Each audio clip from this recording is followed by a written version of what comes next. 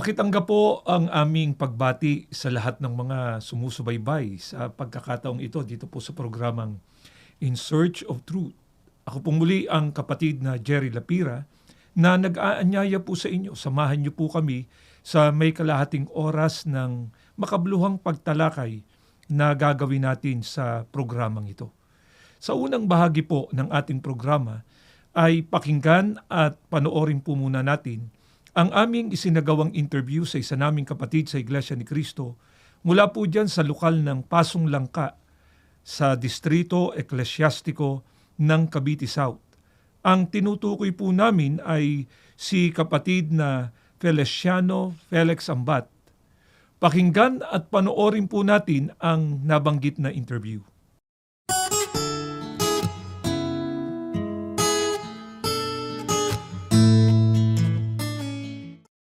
Ako po si kapatid na Felix Ambat mula po sa lokal ng Pasong Langka, Distrito Eklesyastiko ng Cavite South. Ako po ay panlimang pangulong diakono sa aming lokal. Ang pangalan po ng aking asawa ay si Kalani Ambat.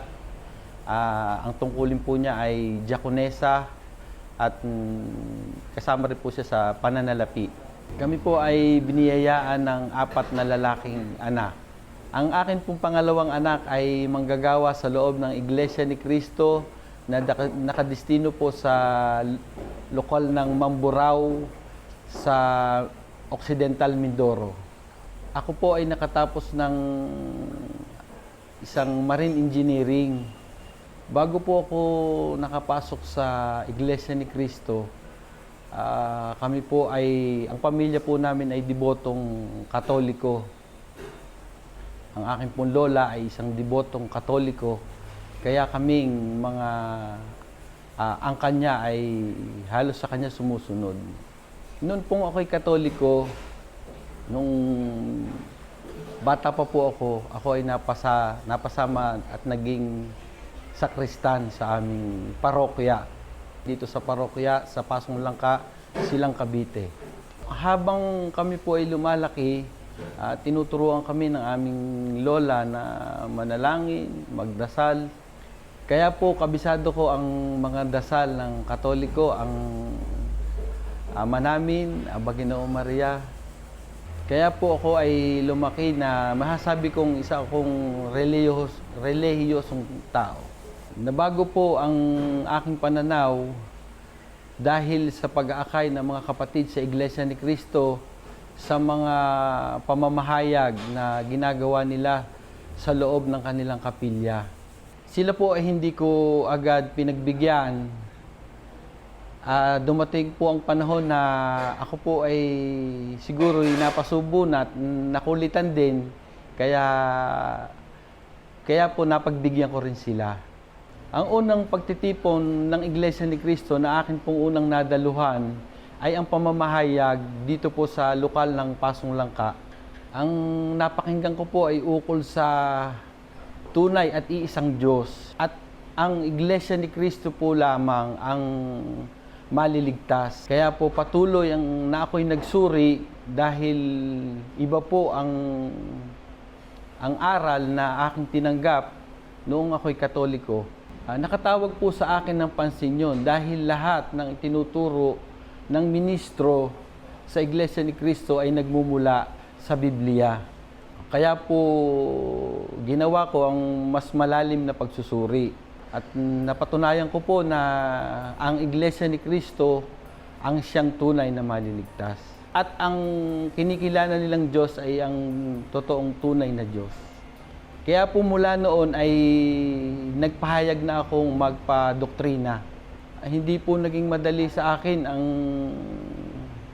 ang pag-anib sa loob ng Iglesia ni Cristo dahil sa panahon pa lang ng pag-attend ko ng mga doktrina ay marami ng mga humahadlang, mga kaibigan at mga kamag-anak na rin.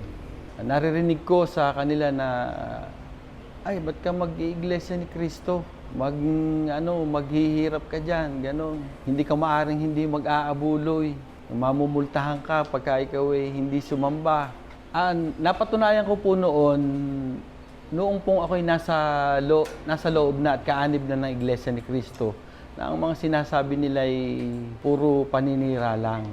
At ang pag-aabuloy ay nakabatay sa iyong pusang loob at hindi ito sapilitan. At ang hindi po pagdalo sa pagsamba ay pagmumultahin ka ay hindi po totoo yun.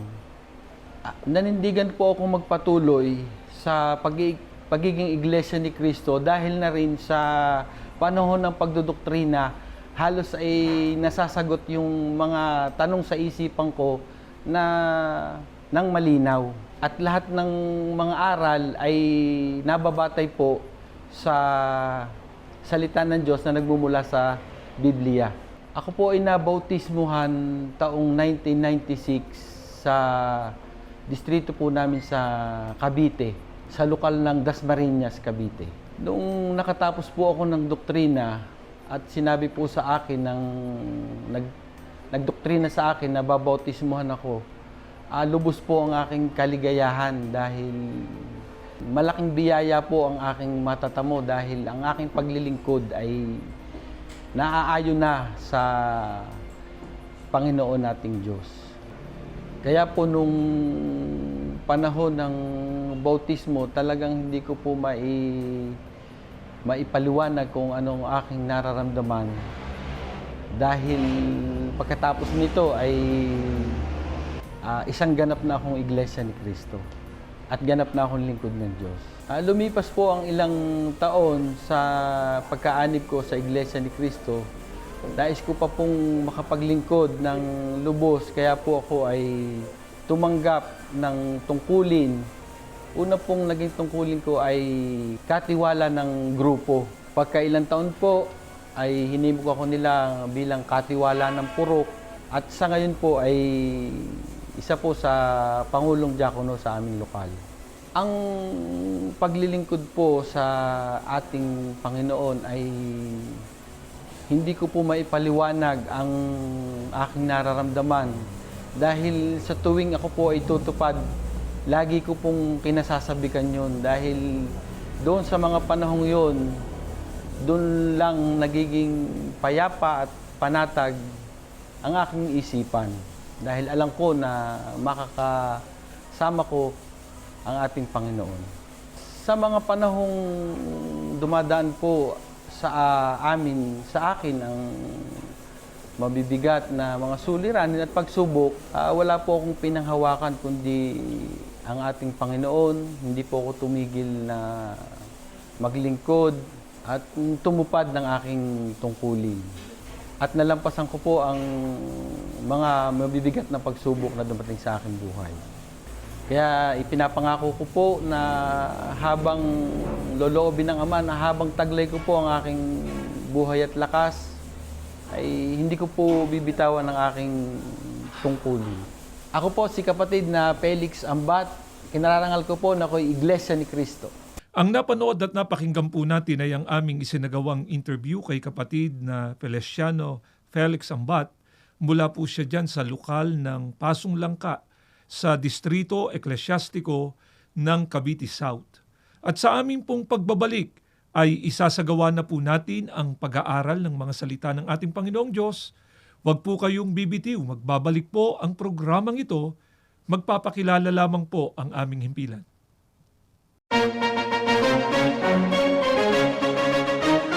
Ito ang INC Radio, DZEM 954, ang tinig ng katotohanan, himpilan ng Iglesia ni Cristo, sumasahimpapawid mula sa Quezon City.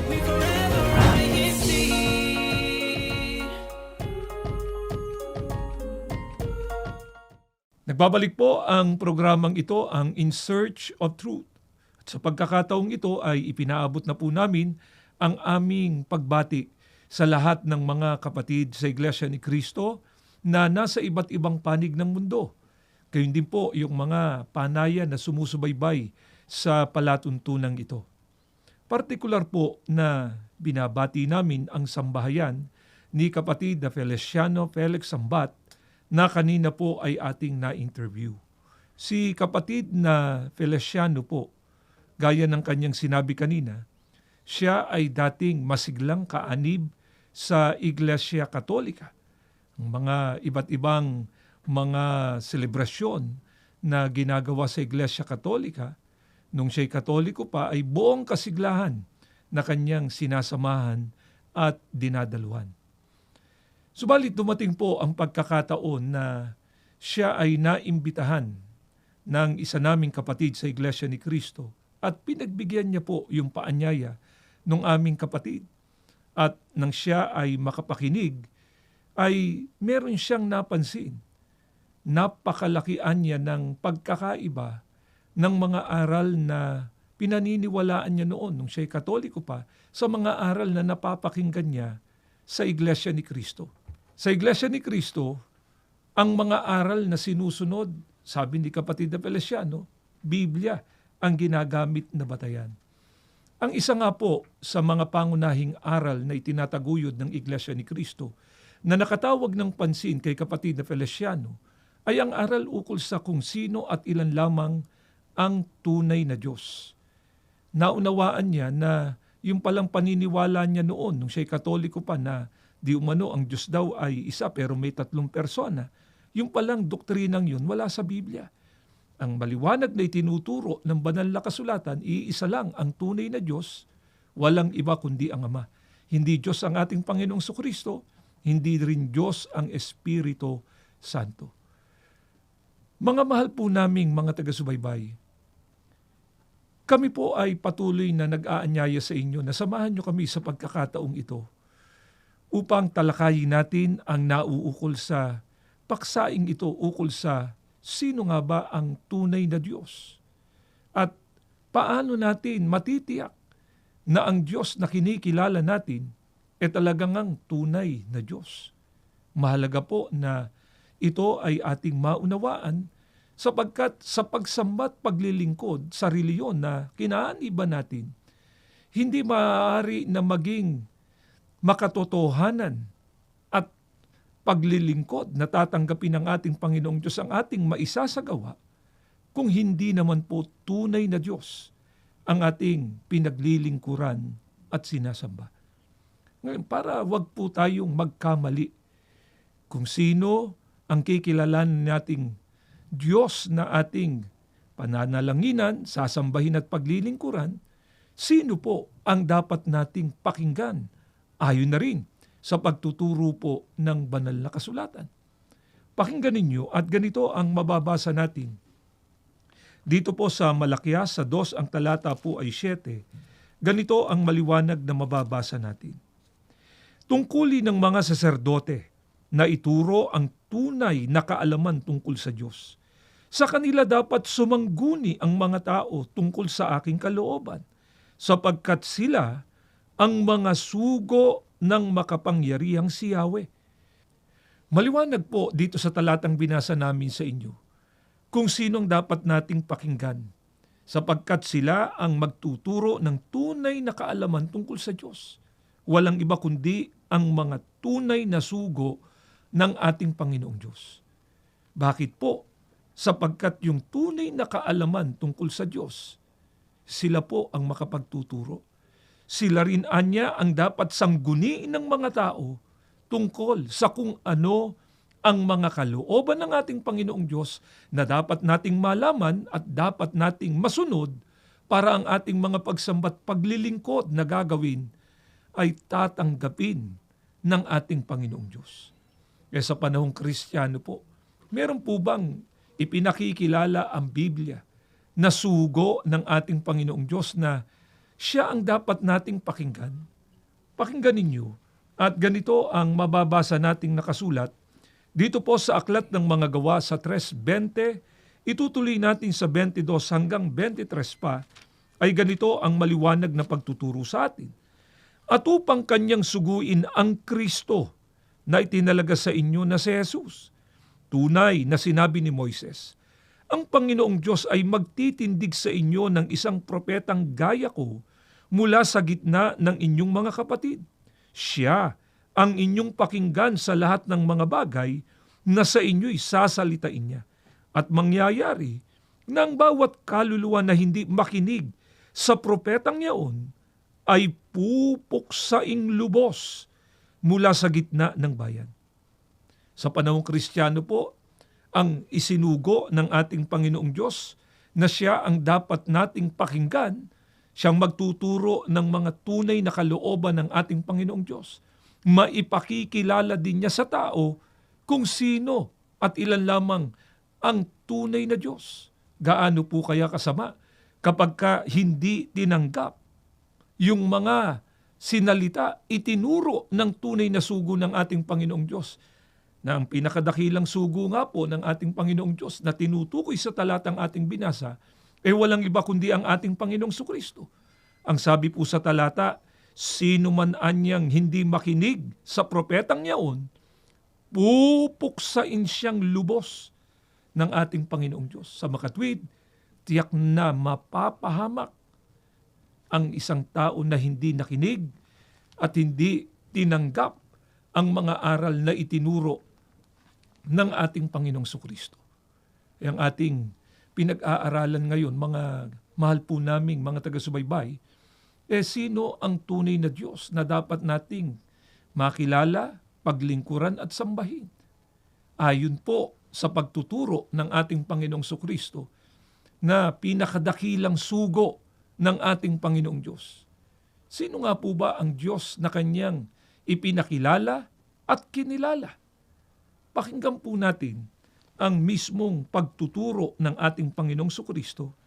Dito po sa 1:17:1, itutuloy pa natin sa talatang 3, pakinggan nyo ito. Ang mga bagay na ito ay sinalita ni Jesus, at sa pagtingala ng kanyang mga mata sa langit ay sinabi niya, Ama, dumating na ang oras, luwalhatiin mo ang iyong anak upang ikaw ay luwalhatiin ng anak. At ito ang buhay na walang hanggan, na ikaw ay makilala nila na iisang Diyos na tunay, at siyang iyong sinugo sa makatwid bagay, si Jesucristo. Maliwanag po sa pahayag ng ating Panginoong Sukristo. Ito po'y tagpo na siya ay nananalangin. Sino po ang kanyang dinadalanginan? Ang tunay na Diyos. Kaya tumingala siya sa langit. At ang ating Panginoong Sukristo na nananalangin noon nasa lupa.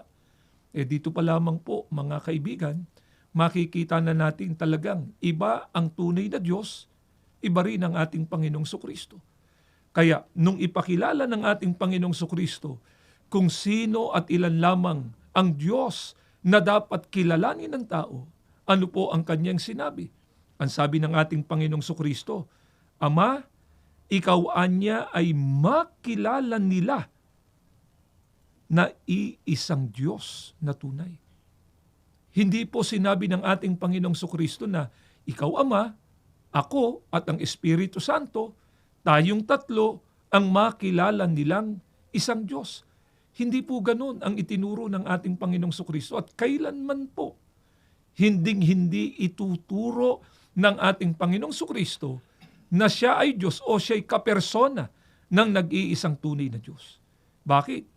Sapagkat sa katotohanan kanyang itinuro, niliwanag niya, iisa lang ang tunay na Diyos, ang Ama, na siyang dapat nating kilalanin at paglingkuran.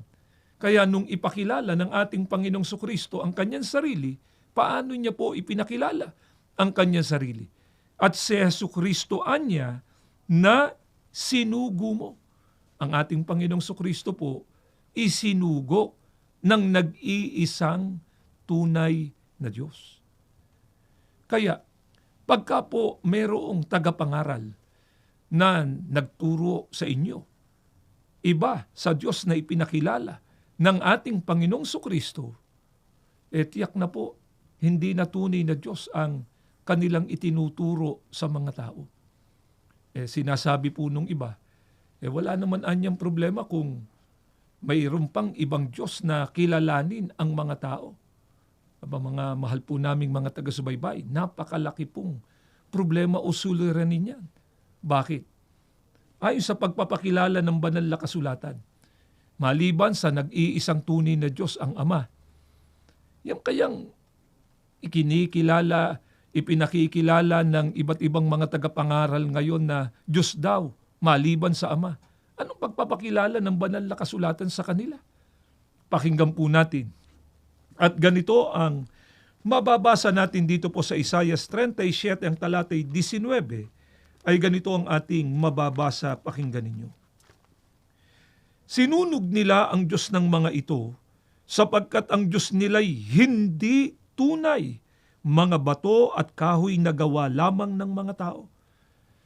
Ang sabi po sa talata ng Biblia, hindi na anya tunay na Diyos. Yang ipinakikilala, kinikilala ng iba't ibang mga tagapangaral ngayon. Ano po ang halimbawa ng mga hindi tunay na Diyos na kinilala, ipinakilala ng iba't ibang mga tagapangaral sa mga tao? Ang sabi po sa talata, yun anyang mga ginawa lamang sa bato, kahoy, na ang may gawaan niya'y mga tao lamang. Hindi po ba? Marami tayong nakikitang mga reliyon ngayon. Mga ribulto, mga larawan na gawa sa bato, gawa sa kahoy, na siyang kinikilala at sinasamba ng mga tao na Diyos. Ang lahat po ng yan, ayon sa pagpapakilala ng banal na kasulatan na hindi tunay na Diyos. Kaya isa pong napakalaking problema talaga. Bakit? Sapagkat kung hindi tunay na Diyos ang kinikilala at pinaglilingkuran mo, paano ka magtatamo ng buhay na walang hanggan? Paano ka makapagsasagawa ng pagsamba na magiging katanggap-tanggap sa ating Panginoong Diyos? Et yak, hindi mo ikapagtatamo ng buhay na walang hanggan yan, at tiyak din na hindi tatanggapin ng ating Panginoong Diyos ang ganyang uri ng pagsamba at paglilingkod. Ngayon, alam natin na kung meron mang pangunahing natuto sa pagtuturo ng ating Panginoong Sukristo, walang iba kundi ang kanyang mga apostol. Nang magturo po at mangaral na ang kanyang mga apostol, sino rin po ba ang Diyos na kanilang ipinakilala? Pakinggan po natin, dito po sa unang Korinto sa 8, ang talatay 6, ay ganito ang maliwanag na pagtuturo sa atin ng Biblia. Sa ganang atin ay iisa lamang ang Diyos, ang Ama na lumikha ng lahat ng bagay. Tandaan natin, ang ipinakilalang Diyos ng mga apostol ay iisa lamang. Sino po yung nag-iisang tunay na Diyos na ipinakilala ng mga apostol? Ang Amaan niya na lumikha ng lahat ng bagay. Kaya kung napansin ninyo sa pahayag ni Apostol Pablo, sa ganang atin anya, may kaatin siya. At kung sino yung kaatin niya dito, sila po yung mga tunay na Kristiyano. Ito po ang tinatanggap, sinasampalatayanan, paniniwala ng mga tunay na Kristiyano. Iisa lamang ang tunay na Diyos, monoteismo. At ang nag-iisang tunay na Diyos ay walang iba kundi ang Ama. Tandaan natin, ang makapagpapakilala nito sa tao, ang tunay na sugo ng ating Panginoong Diyos.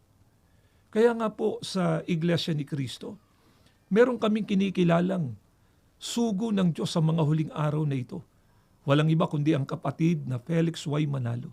At ang isa nga po sa napakatibay na patotoo na siya nga ay tunay na sugo ng Diyos na ipakilala niya sa mga tao kung sino ang nag-iisang tunay na Diyos, walang iba kundi ang Ama. Ngayon, sinabi rin po ni kapatid na Feliciano Ambat kanina na bukod doon sa naunawaan niya sa pangangaral ng ministro na iisa lamang ang tunay na Diyos ang Ama, wala siyang tatlong persona, tinanggap niyang totoo yun sapagkat yun ang katotohanang nakasulat sa banal na kasulatan. Nagpasya siya na umanib sa Iglesia ni Cristo. Yung po bang pagpapasya niya na umanib, pumasok sa Iglesia ni Cristo, yung po ba ay nakabatay din sa katotohanang nakasulat dito sa Biblia? Opo. Katunayan, babasahin namin sa inyo ang mismong pahayag at pagtuturo po ng ating Panginoong Sukristo dito po sa 1:7 at 9, ay ganito ang maliwanag na mababasa natin sa pagkakaliwat na po ito sa wikang Pilipino. Kaya muling nagsalita si Jesus, Buong katotohanan sinasabi ko sa inyo, ako ang pintuan ng kulungan ng mga tupa. Ako ang pintuan. Sino man na pumasok sa loob ng kawan, sa pamamagitan ko ay maliligtas. Batay po sa katotohanan ng itinuro ng ating Panginoong Hesukristo, ang pumasok niya sa Kanya bilang pintuan sa paraang mapaloob sa kawan, sila ang ginarantyahan ng ating Panginoong Sukristo na maliligtas. Maaaring sabihin po ng mga nakikinig sa amin ngayon. Maaari pong sabihin ng mga nakikinig at sumusubaybay sa pagkakataong ito na ang sinabi po dyan ng ating Panginoong Sukristo, pumasok sa Kanya bilang pintuan sa paraang mapaloob niya sa kawan. Hindi sinabi na pumasok sa Iglesia ni Kristo. Ang mabuti po mga kaibigan, ay alamin natin mula pa rin sa pagtuturo ng banal na kasulatan. Alin po ba ang kawan na tinutukoy na dito napaloob ang mga taong pumasok sa ating Panginoong Hesukristo at ginarantyahan niya? Magtatamo sila ng kaligtasan. Dito po sa Gawa 20:28, salin po ito ni Ginoong George M. Lamsa. Sa pagkakaliwat na po sa wikang Pilipino natin basahin, pakinggan ninyo. Ingatan ninyo kung gayon ang inyong mga sarili at ang buong kawan. Narito'y hinirang kayo ng Espiritu Santo ng mga katiwala upang pakanin ang Iglesia ni Kristo na binili niya ng kanyang dugo. Ang kawan po ay walang iba kundi ang Iglesia ni Kristo. Kaya, yung binanggit kanina ni kapatid na Feliciano Ambat, na siyaan niya pagkatapos niyang maunawaan ang mga katotohanang aral sa Iglesia ni Kristo, ay nagpasya siya iwanan yung pagkakatoliko at umanib siya sa Iglesia ni Kristo. Nagawa niya yung pagpapasyang yon sapagkat naunawaan niya ang mga katotohanan na nakasulat sa banal na kasulatan na itinuro sa kanya dito sa Iglesia ni Kristo. Ito pa nga po mga kaibigan ang isa pa sa napakatibay na katunayan na si kapatid na Felix Y. Manalo talagang tunay na sugo ng ating Panginoong Diyos sapagkat naipangaral din niya ang kalooban ng ating Panginoong Diyos. Ang isa nga po dito, para ang tao ay maligtas, dapat na pumasok sa loob ng kawan. Ang kawan ay walang iba kundi ang Iglesia ni Kristo. Kaya nga po si kapatid na Feliciano Felix Ambat, nang maunawaan niyang mga katotohanan ito. Bagamat inusig siya noon, hinadlangan sa pag-anib sa Iglesia ni Kristo, hindi niya pinansin ang lahat ng yun. Nanindigan siya sa katotohanan ng kanyang nalaman at sinampalatayanan. At hanggang ngayon, na siya ay kaanib na sa Iglesia ni Kristo, ang kanyang paninindigan. Ano man ang mangyari, hanggang sa wakas ng kanyang buhay, ay mamamalagi sila sa loob ng Iglesia ni Kristo. At si kapatid na Feliciano po ay meron ding paanyaya sa mga nakikinig at sumusubaybay ngayon na hindi pa kaanib sa Iglesia ni Kristo. Pakinggan at panoorin po natin ang paanyaya ni kapatid na Feliciano.